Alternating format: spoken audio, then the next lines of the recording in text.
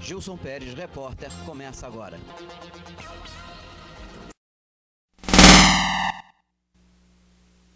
Querida amiga Gilson Pérez, repórter ao vivo aqui nos estúdios da Jovem TV. Acabou o carnaval, né, meu irmão? Dizem que hoje, agora, começa o ano novo, né? O ano 2016 está começando hoje, né? Que o brasileiro é assim, tem o Natal, tem o Ano Novo, aí tem que esperar o carnaval, aí diz que começa o ano agora. Quer dizer, nós já perdemos aí 70, quase 60 dias aí de brincadeira, agora vai começar a sério, né? Quer dizer, em aspas, vai começar a sério, né? Será? O que é sério? É o que nós falamos, o que nós fazemos ou o que nós assistimos? O que nós estamos assistindo nesse país não é nada sério não, né? Bom, mas vamos falar de São Pedro da Aldeia hoje. Sabe que está começando agora o período eleitoral, né? Temos eleições aí para prefeito, para vereadores nessas cidades, e eu estou recebendo meu amigo Rui, que é pré-candidato a prefeito de São Pedro da Aldeia, né? Rui Pinheiro. Rui Pinheiro, claro. Mas e aí, Rui? Boa tarde, Rui, tudo bem? Boa tarde, Gilson, boa tarde aos seus telespectadores, né? E eu realmente sou pré-candidato a prefeito em São Pedro, pelo PSDB. PSDB que você é filiado? 45, né? PSDB 45, e eu estou aí trabalhando na minha campanha, né? Querendo mudar um pouco a política de São Pedro. O que te levou a ser pré-candidato a prefeito de São Pedro? Gilson, o que eu vejo hoje, né, é que a população está muito descrente de todos os políticos, né? Eu nunca fui candidato, né? Eu sempre militei em política de São Pedro da Aldeia. Por muito tempo, eu fui filiado a um outro partido, e eu vejo que o povo está muito descrente, né? Então, em cima disso, eu acho que é um momento novo, é um momento que a pessoa quer. Acho que um grande número quer um candidato novo, não novo em idade, né? Porque a gente fez isso em São Pedro agora e a gente teve uma grande decepção, mas novo no âmbito de político mesmo, né? Porque a gente vê em São Pedro, os políticos se repetem, né? E se repetem, e há 20, 30 anos que São Pedro não muda nada, então a gente quer criar um novo grupo político. Você vê que esses últimos prefeitos, nenhum deles montou um grupo, nenhum deles conseguiu reeleger o seu candidato. Então, não houve a competência desses políticos antigos de dar a continuidade do seu projeto. E eu tenho um projeto político para a gente, durante 20, 30 anos, conduzir São Pedro da Aldeia por um novo caminho. Então, é essa a minha ideia. Você acha que o garoto novo, que é o Chumbinho, não deu certo? Foi uma decepção. Eu mesmo trabalhei na campanha dele, não quis participar do governo dele, né? E a gente esperava uma novidade, porque ele sempre tem uma carreira política e sempre disse que queria dar continuidade à sua carreira política. Então, a gente acreditou de que fosse realmente se conduzir de uma forma para dar a continuidade. Mas ele se isolou, não ouviu os parceiros, abandonou muito dos parceiros do seu grupo, e, em função disso, está acontecendo aí, conforme a gente vê, uma rejeição muito grande. E existe bairros que ele tem uma rejeição muito grande, embora ele ache que esteja fazendo um bom governo, mas é dentro do imaginário. Ele se vangloria de grandes empresas que vieram para São Pedro da Aldeia, mas eu me recordo que isso veio depois de um trabalho feito por Paulo Lobo, que foi quem criou aquela área industrial, aquela área de empresas ali na avenida, na estrada, né? Isso. O Paulo Lobo, ele criou o polo industrial, né? E que concentrou uma série de indústrias ali. E o atual governo, ele se diz, né, como feitor dessas novas empresas, mas acontece isso, essas novas empresas, elas estão vindo para São Pedro da Aldeia por conveniência delas, a Ravão, o Atacadão, etc., porque é uma diferença grande, Gilson. O terreno, a área, uma área grande em São Pedro da Aldeia, o preço é muito menor do que em Cabo Frio. E São Pedro da Aldeia, estrategicamente, ela está no centro de uma grande área de consumidores. Ela é central a Cabo Frio, Arraial do Cabo, Búzios, Iguaba Grande, Araruama, Silva Jardim, Casimiro de Abreu. Então, ela é uma região central que é propícia para isso mesmo, para os grandes comércios que fica perto de toda essa cidade. Então, o próprio empresário tem essa visão de que ele está bem localizado, é muito bom para eles. E aproveitando também que o terreno, quer dizer, as terras em São Pedro da Aldeia é muito mais barato do que, vamos supor, Cabo Frio. Então, estrategicamente é bem localizado e financeiramente é mais vantajoso montar em São Pedro da Aldeia do que Cabo Frio, Búzios, que o terreno é muito mais caro. Quantos candidatos nós temos hoje em São Pedro da Aldeia? Nós temos o Rui Pinheiro, nós temos o Chumbinho, né? Nós temos a esposa do Paulo Lobo, né? Vai mencionando aí que eu não consigo lembrar de tudo. Até pouco tempo tinha o Chumbinho. Aproveitar para pedir uma coisa a você, Pinheiro. Deixa eu aproveitar para pedir uma coisa. Você vai citando o nome de cada um e vai fazendo a sua análise sobre cada um. Vamos lá, vamos começar pelo Chumbinho, já que nós falamos o nome dele. Perfeito, né? A gente tem o atual prefeito, né? Que tem demonstrado, em função dessa rejeição que está havendo, né? Muita questão da saúde, muitas queixas de merenda escolar, a CPI da saúde agora mesmo, que aconteceu. Então, há uma rejeição muito grande, né? Então, a gente crê que dificilmente ele consegue se eleger. E na oposição, né, tem a esposa do Paulo Lobo. Como o Paulo Lobo, ele, pela justiça, ele não pode ser candidato, e aí coloca a esposa como candidata. Então, a Elisângela, né? E tem agora o Iédio Rosa, que até pouco tempo ele dizia que não era candidato e que o candidato dele era eu.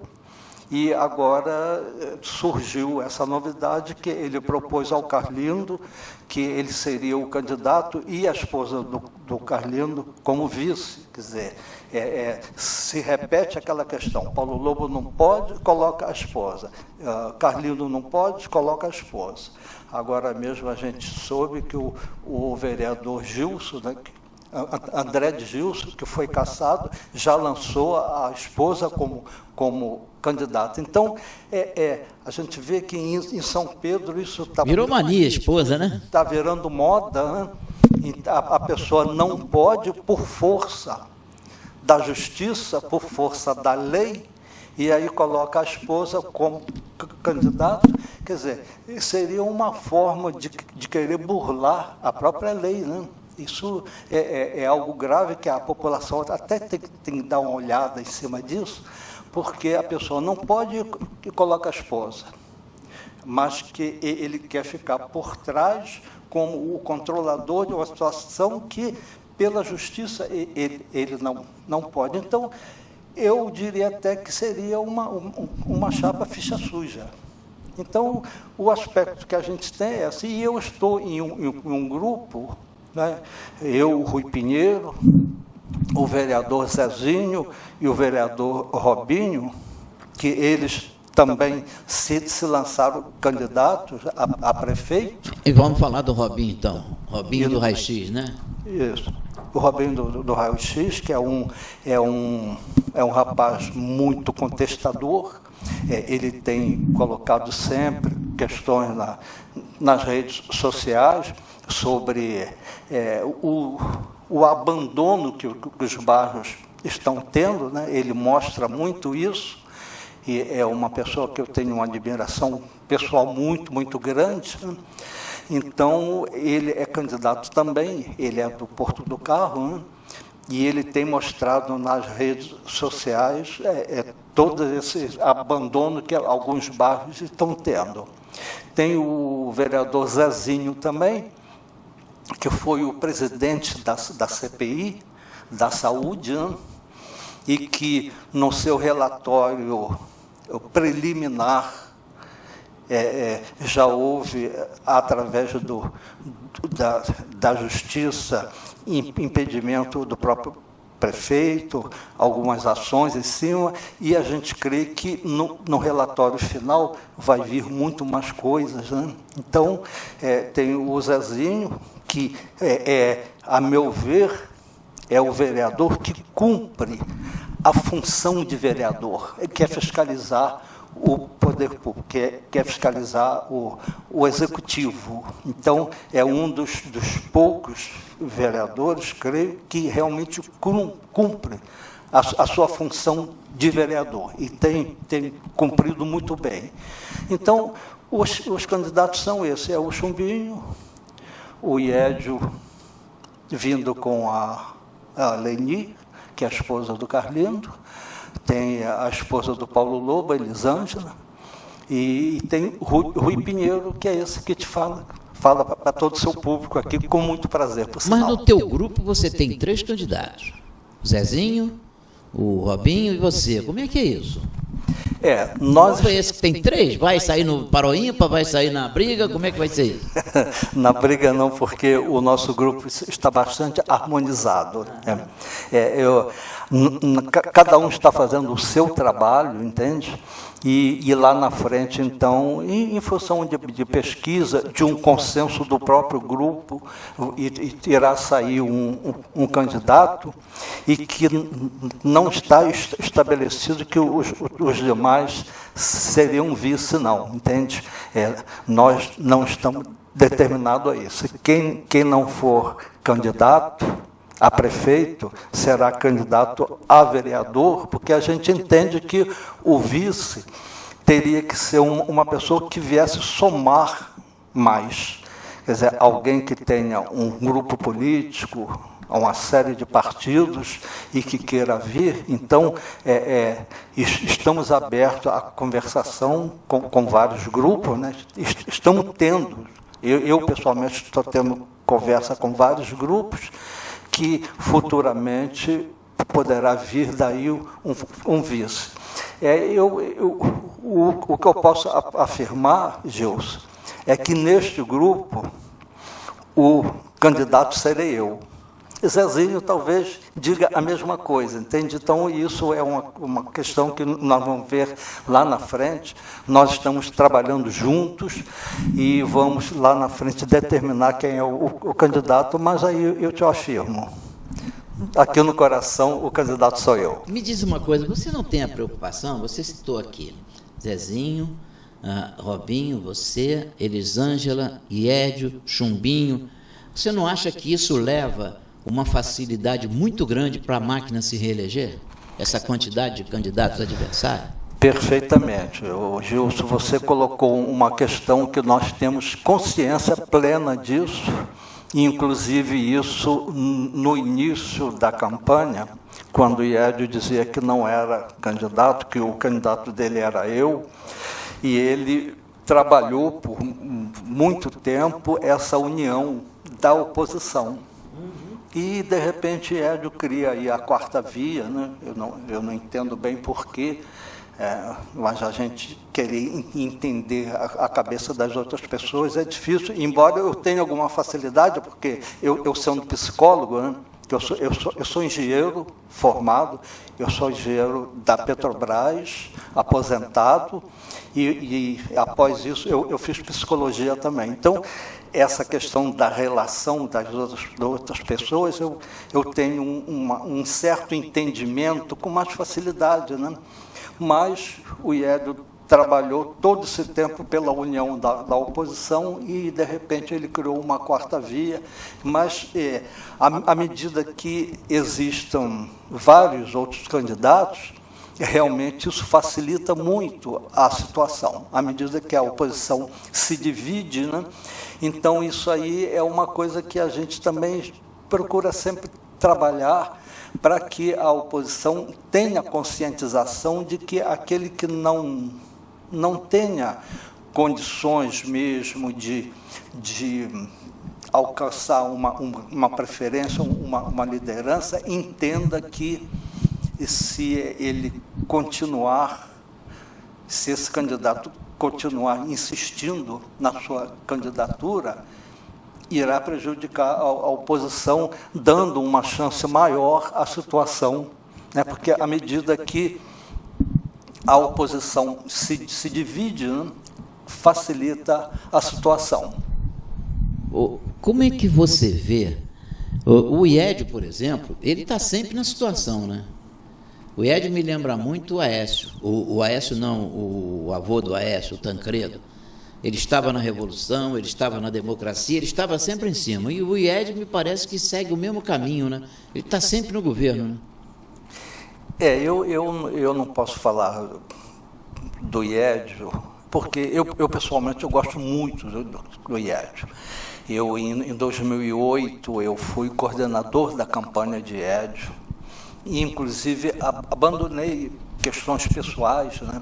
Projetos pessoais, que na época, em 2008, eu estava trabalhando em Macaé, numa empresa que faz projetos para Petrobras, né? E eu fui contratado por 6 meses para regulamentar esses projetos, porque essa empresa tinha muito dos seus projetos rejeitados. Ela fazia o projeto, voltava para corrigir, fazia. Então, eu fui contratado para essa empresa. Acontece muito na Petrobras, né?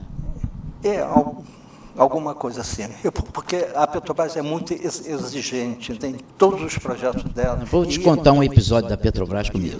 Mas deixa eu completar. Então, nessa época, eu estava nessa empresa e após 3 meses, eu tinha sido contratado por 6 meses, após 3 meses eu tinha feito já toda aquela esquematização de como fazer esses projetos, né? A empresa me propôs que ela estava fazendo uma reformulação e me propôs que eu assumisse um setor, mas eu não aceitei, né?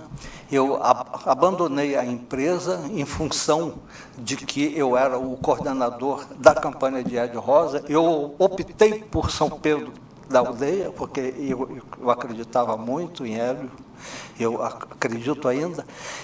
Nesta época, eu fazia uma pós-graduação na PUC de tratamento de dependência química, né? Porque eu, como psicólogo, eu já trabalhei muito nessa área de dependência química. E aí eu estava no último período, e quando eu tinha que fazer estágios em alguns hospitais e fazia a minha monografia, eu abandonei também essa pós-graduação no último período, em função da campanha de Hélio Rosa. Então, eu sou muito amigo de Hélio Rosa. E agora eu estava sendo o candidato dele e, de repente, ele propôs ao Carlino uma outra questão. Isso porque você é muito amigo dele, né? Imagina se não fosse, hein? Continuo amigo dele. Porque o meu pai era padrinho dele, e meu pai gostava muito dele. E a gente criou uma relação boa, e é de uma pessoa muito, muito correta, né? É muito sério, um homem sério, mas não sei por que ele agora... Demonstra toda a seriedade dele, né? Te lança candidato e sai fora. Não é? O negócio da Petrobras que eu falei foi o seguinte: eu trabalhava no Rio de Janeiro, eu era despachante, e prestava serviço para uma empresa de pesquisa de petróleo, chamada Texas Instrumentos. E ela tinha, no mundo, eu me lembro, hoje deve estar muito diferente, existiam 32 navios de prospecção. Essa empresa tinha 28. Os outros que ela não tinha, o computador era dela, que estava alugado a esses outros 4 navios. E ela, por várias vezes, participou de concorrências na Petrobras. Não ganhou uma. E o americano virava para mim: Gilson, eu não acredito, porque ele participava, dava o preço dele, perdia. No dia seguinte, a empresa que ganhou a concorrência não tinha navio, tinha que alugar o dela. Ela disse: Gilson, era 10 milhões, eles vão me pagar 15, mas eu perdi na Petrobras. Então, vou ter um cara lá para fazer o meio campo que você fazia, para eles ganharem, né? Eu sou do tempo que a Petrobras era uma coisa séria, né? Eu entrei na Petrobras em 74. Eu estou falando de 80, 82. 74. E aí eu aposentei em 95, né? Então, mas naquela época o quadro técnico da Petrobras era muito... Como que ela não ganhava uma concorrência e depois ela tinha que fazer o serviço para as outras empresas? Nós chegamos a ter 3 navios trabalhando para a Petrobras aqui, nenhum era contrato dela. Tudo alugado. Isso aí era uma outra área que brincadeira, né? Brincadeira. Mas vamos lá. Quer dizer que você tem preocupação com a oposição. Há possibilidade de o IED estar querendo depois te compor com você, ou te chamar ao teu grupo, fazer uma vice com você, alguma coisa assim? Olha, não tem nenhuma conversa, não, mas à medida que a oposição queira se unir, aí a gente vai ter que se preocupar em unir a oposição, sim.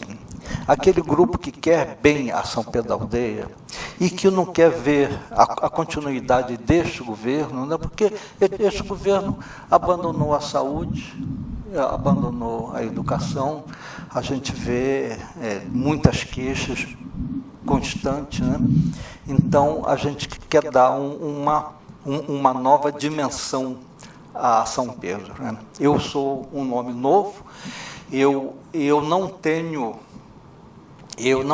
promessa de campanha, né? Eu tenho projeto de governo, porque eu já trabalhei na Petrobras por muito tempo, já trabalhei na área de projetos, já gerenciei plataforma. Então, eu fui chefe de plataforma, Cheplat, que a gente chamava na época. Você gerenciar 200, 300 homens confinado por 15 dias em um local, tem que ter um controle rígido, você comandar, né, toda a produção.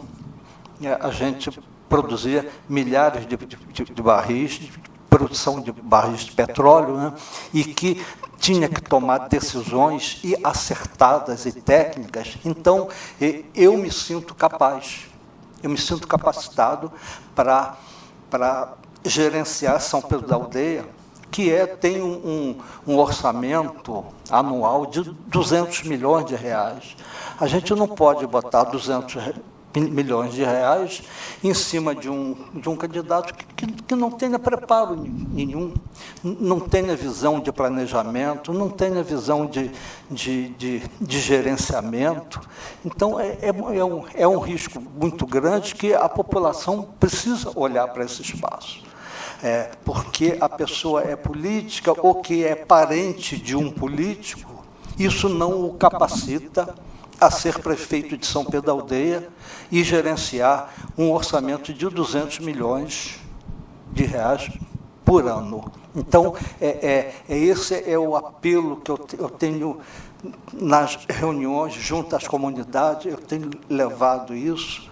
Então, o meu projeto de governo é trabalhar em cima disso, honrar os compromissos que a prefeitura tem, não fazer a prefeitura cabide de emprego, porque a gente vê, este governo tem várias pessoas de Cabo Frio, várias pessoas de Búzios, várias pessoas de outros lugares que não têm comprometimento com São Pedro da Aldeia.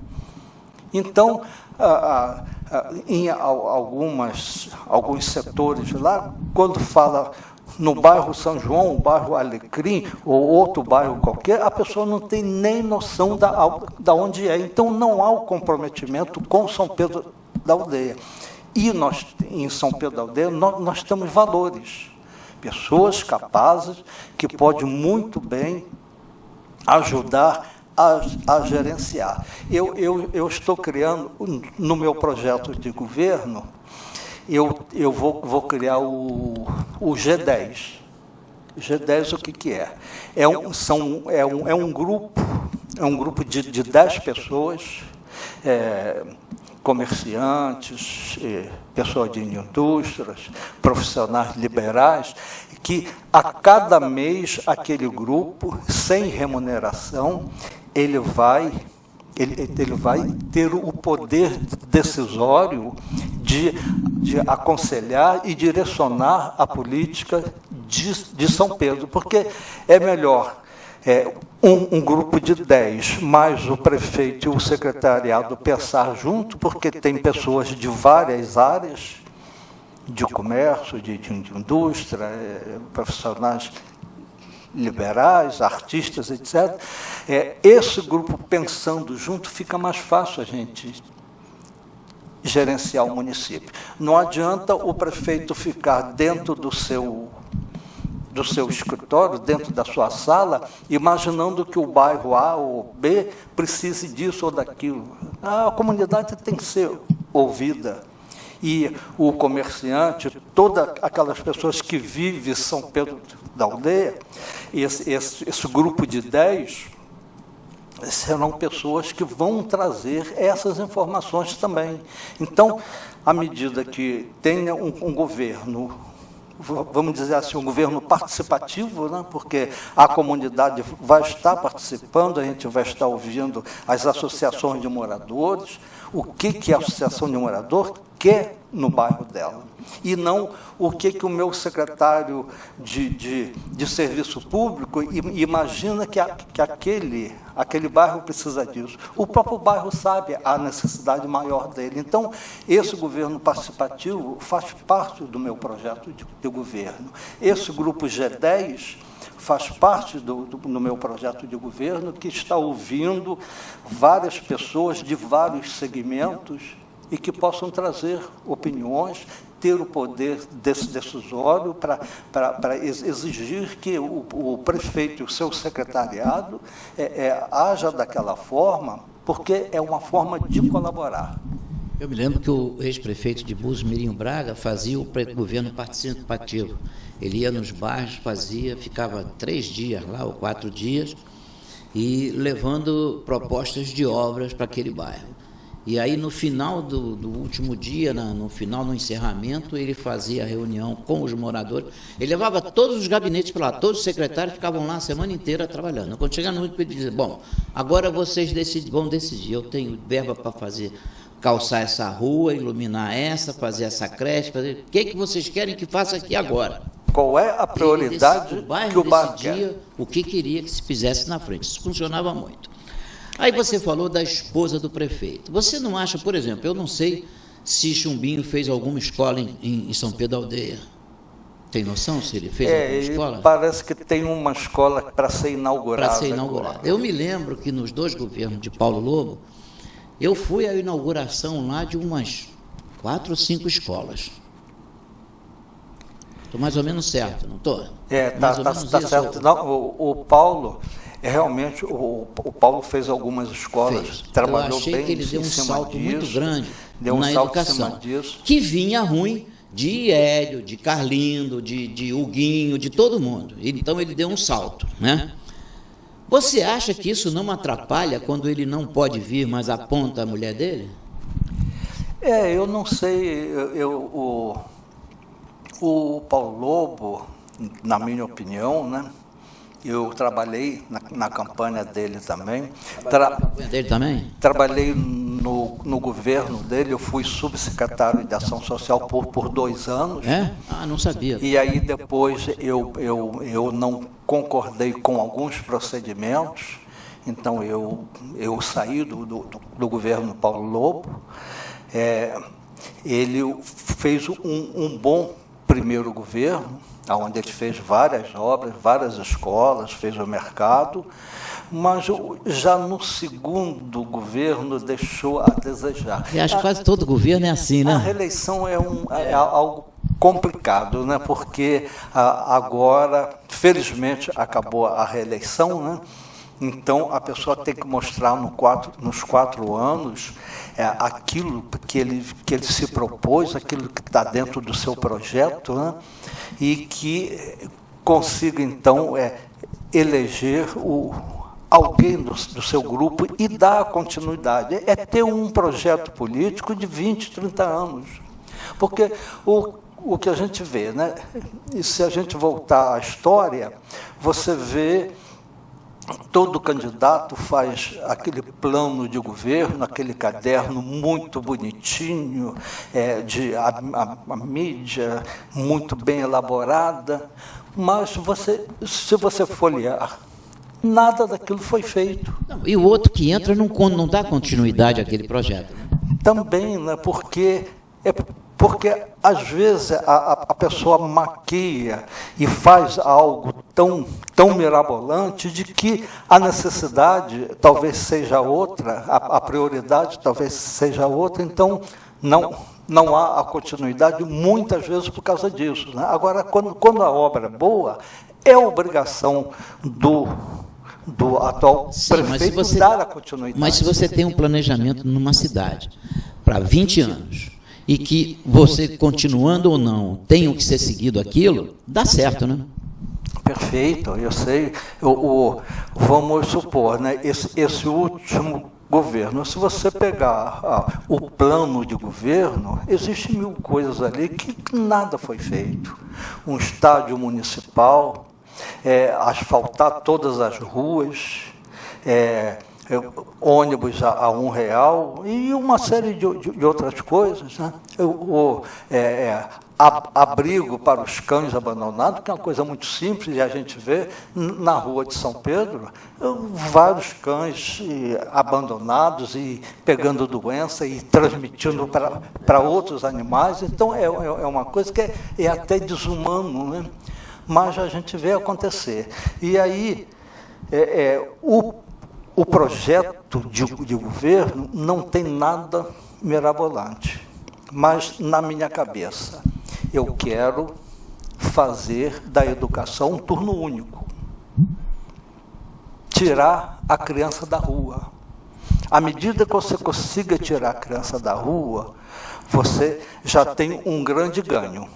Agora, você tirar a criança da rua e dar reforço escolar, dá aulas de música, de computador, aulas de artes, esporte, e vários segmentos desses, você está tirando a criança da rua, que não fica à mercê de várias coisas ruins que têm acontecido aí, e você tem o quê?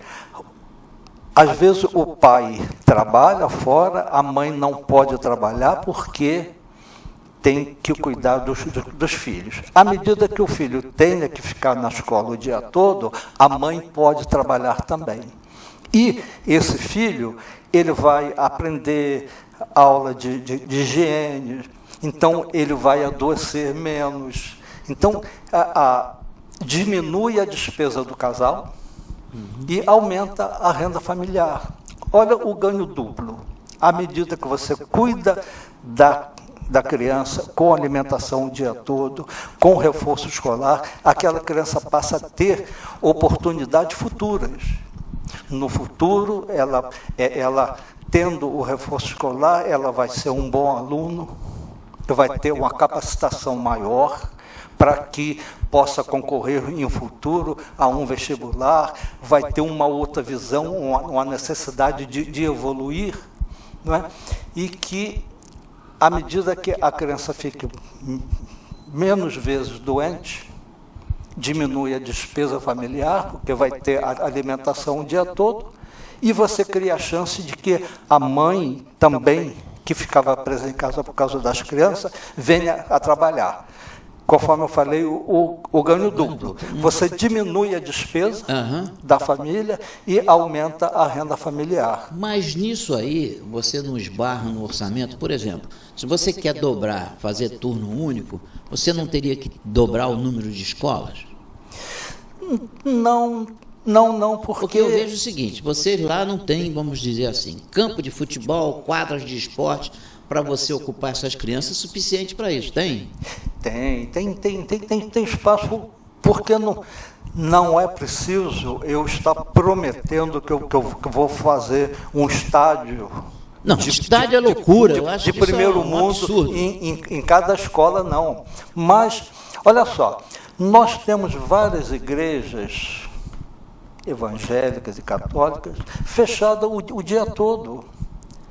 Cada esquina a gente vê uma igreja, então perto de uma escola tem várias outras igrejas que as crianças podem ter aquele espaço físico para ter aula de reforço escolar, para ter um espaço público para fazer um esporte, ter um laboratório de computador para que a criança se desenvolva. Então, não é preciso duplicar as instalações em cada escola, não. Você tem a aula e à tarde a criança é como se fosse uma recreação.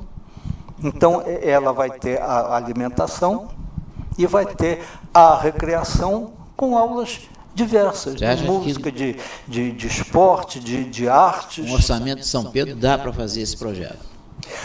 Olha, o orçamento da educação é que existe verbas próprias para isso. O governo federal quer que isso aconteça. Sim, mas acontece... Então, à medida que se faça projetos bem elaborados, a gente consegue verbas mas também. Mas a verba do Fundeb não dá para pagar os professores, não. Muito menos o resto. Pelo menos o prefeito de Cabo Frio diz que paga 70% com a verba do Fundeb. O resto ele tem que botar. Olha, cada município tem a sua realidade, né?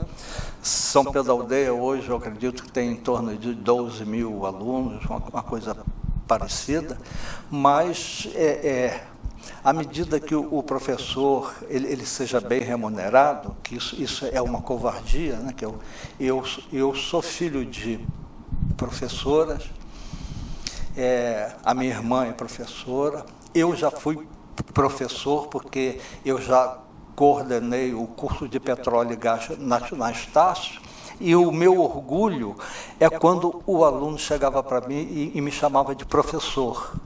Eu me sentia orgulhoso disso. E eu me lembro bem de que, na minha época, os cursos em escolas públicas eram muito, muito melhores. Eu saí de São Pedro eu fui para Niterói e estudei no Colégio Liceu Nilo Peçanha, que era o melhor colégio de Niterói. E no Rio, o Pedro II, o Colégio Militar, eram os melhores colégios. Hoje a gente vê a educação pública abandonada. O professor, a prefeitura finge que paga o professor e o professor finge que ensina ao aluno. À medida que você conscientizar que o professor ele é responsável por aquilo e ele se sentir bem remunerado, aí a realidade do nosso município muda. E eu vou fazer a melhor educação no nosso estado. São Pedro da Aldeia será notabilizado pela educação, porque eu sou filho de uma professora, já fui professor, a minha família tem vários professores, e a gente vê que é uma classe que é jogada para segundo plano, que é a entidade mais importante, porque eu sou engenheiro, mas eu fui educado por um professor, um médico, um general, um industriário, todo mundo teve o seu professor, e o bom professor levou ao aluno a galgar essa sua vida. Então,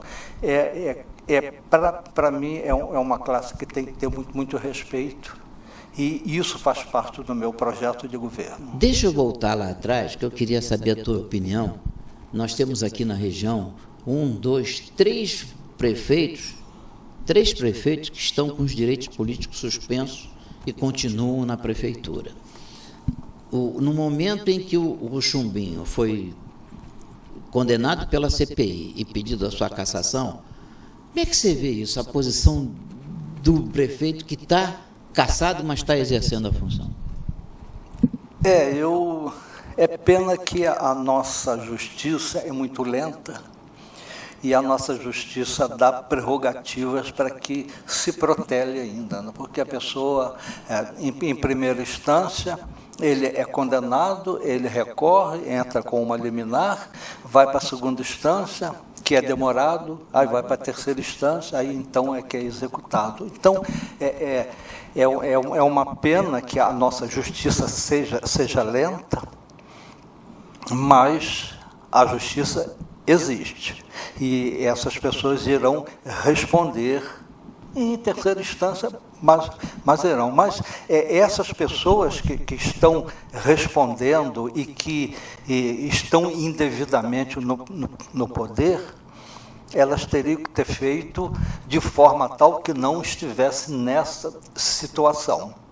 E aqueles que já foram condenados e querem colocar a esposa, estão da mesma forma errados. Concordo com você, porque o que eu fico pasmo é o seguinte: se você prova numa CPI que houve desvio de dinheiro público, chega na justiça, não, realmente houve desvio de dinheiro público, essa pessoa não pode continuar tomando conta do dinheiro público. Eu acho que na primeira instância ele já tinha que ser afastado. Não, comprovou que houve desvio, você sai fora que é para não desviar mais. Não, ele continua desviando, e é isso que está acontecendo, né? Você tem prefeitos aí hoje cassados, mas que o mal que ele fez lá atrás não foi reparado. Entra com liminar e vai protelando, né? Agora mesmo, esses vereadores que foram cassados em São Pedro, eles foram cassados em primeira instância, recorreram, já estão caçados há mais de ano, né? Para a segunda instância. Aliás, e terceira instância foram caçados, pelo menos um que eu sei, o Gilson, que parece com 3 meses de governo, né? 3 meses ou 6 meses que ele era vereador e foi... Não justo, porque esses atos... Foi na campanha, né? Esses atos foi na campanha, em seguida veio o processo, e está aí se prolongando, quer dizer, no terceiro ano é que vem Terceiro, não, ele foi em janeiro, né? Quer dizer, faltando 9 meses. Olha, você agora não vai poder mais fazer o que você fez durante 3 anos. Eu acho isso um absurdo, né? É pena que a nossa lei, a nossa justiça é um pouco lenta, né? Mas A justiça existe e a gente tem que acreditar nela. Infelizmente, nós temos que acreditar, mesmo sabendo que ela é injusta e não justiça, né? Mas, como eu disse para um juiz, no Brasil a justiça é real. O Gilson, até mesmo quando você fala disso, né, dessas questões de prefeito cassado, isso, aquilo, algumas pessoas perguntam para mim, Rui, por que você, que é uma pessoa séria, uma pessoa estabilizada, você é engenheiro da Petrobras aposentado, você tem a sua clínica que presta serviço ao Detran, você tem a sua vida estabilizada, por que você quer ser prefeito? Eu disse, olha, eu tenho que me doar um pouco ao meu município. Eu sou neto do primeiro prefeito de São Pedro da Aldeia. Eu sou neto do coronel Felipe Lopes Pinheiro, que foi o primeiro prefeito eleito em São Pedro. E ele deixou o nome dele na história. E eu quero deixar meu nome na história também. Gilson, eu vou ser o melhor prefeito de São Pedro da Aldeia. Agora, como vem essas questões? Mas aí você é sério e político é tudo safado? Não é bem assim. Tem muito político que realmente não merece o reconhecimento. Na tua opinião, o bom você conta nos dedos de uma mão ou de duas, quantas? De bons políticos? Você conhece. Eu contaria um só. É esse que te fala aqui. Esse é o problema. Não, mas as pessoas de bem, como você, se não tomarem conta disso, os maus continuam. Porque nós que somos sérios, se a gente abandonar a política, aí só sobra safado mesmo. Então, perdão, as pessoas sérias têm que estar participando mesmo.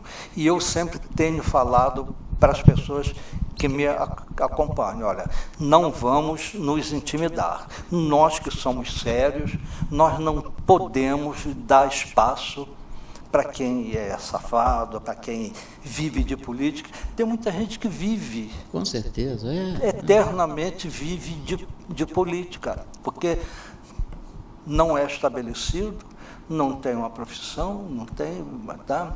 ou tem uma aposentadoria irrisória e que quer se manter dentro de um nível maior, então vive de política. Tem gente que vive de política eternamente. Está numa situação, está noutra aqui, e está sempre tentando e não quer largar a teta. E essa teta não é para ser usada, não. O dinheiro público é para ser bem direcionado. Então, uma saúde pública eficiente, uma educação com qualidade e uma segurança, que é uma coisa também que a cada ano a gente vê mais prejudicado, atuando nesses três setores, eu acho que a pessoa já faz um bom trabalho. E em cima da saúde, em cima da educação, em cima da segurança, vai ser a prioridade do governo de Rui Pinheiro. Rui, infelizmente, nós estamos chegando ao final do nosso programa, mas você vai ter outras oportunidades até lá, até se desencadear todo esse trabalho, essa política de São Pedro da Aldeia. Você vai voltar muitas vezes aqui ainda, e eu gostaria que você se despedisse do nosso público. Eu gostaria muito, Gilson, de ter a oportunidade de estar falando para o seu público. Eu gostaria de outras vezes vir aqui para a gente dar uma continuidade a essa conversa nossa, né? E quero dizer ao povo de São Pedro da Aldeia, pense direitinho, não vamos vender o voto, porque é uma coisa que eu tenho bem nítido na minha cabeça. Eu não vou vender o lixo, eu não vou vender a merenda escolar, eu não vou vender a saúde para bancar a minha campanha. A minha campanha vai ser uma campanha pobre dentro das possibilidades que eu possa conduzir. Então, eu quero que o povo de São Pedro da Aldeia pense nisso, na hora de votar, vote no melhor para São Pedro da Aldeia. Não vote naquele que quer se prolongar, que quer se manter na política eternamente, porque eles nada mostraram. E a gente criando um novo grupo, uma nova política, dando uma nova dimensão a São Pedro da Aldeia, a gente vai conseguir levar São Pedro da Aldeia para ser notável em toda essa extensão no nosso país. Eu quero agradecer a você, Gilson, a oportunidade, quero agradecer aos seus ouvintes, né, estar aqui ouvindo a gente, e dizer que o Rui Pinheiro vai ser o melhor prefeito de São Pedro da Aldeia. Tomara. Pois é, você com certeza, tem a certeza absoluta, logo, logo você está sendo chamado de volta, você tem muito para conversar com o nosso telespectador e nós vamos fazer. Esse foi o nosso Gilson Pérez Repórter de hoje, tenho certeza que foi do seu agrado. Até o próximo programa. Muito obrigado por ter ficado conosco.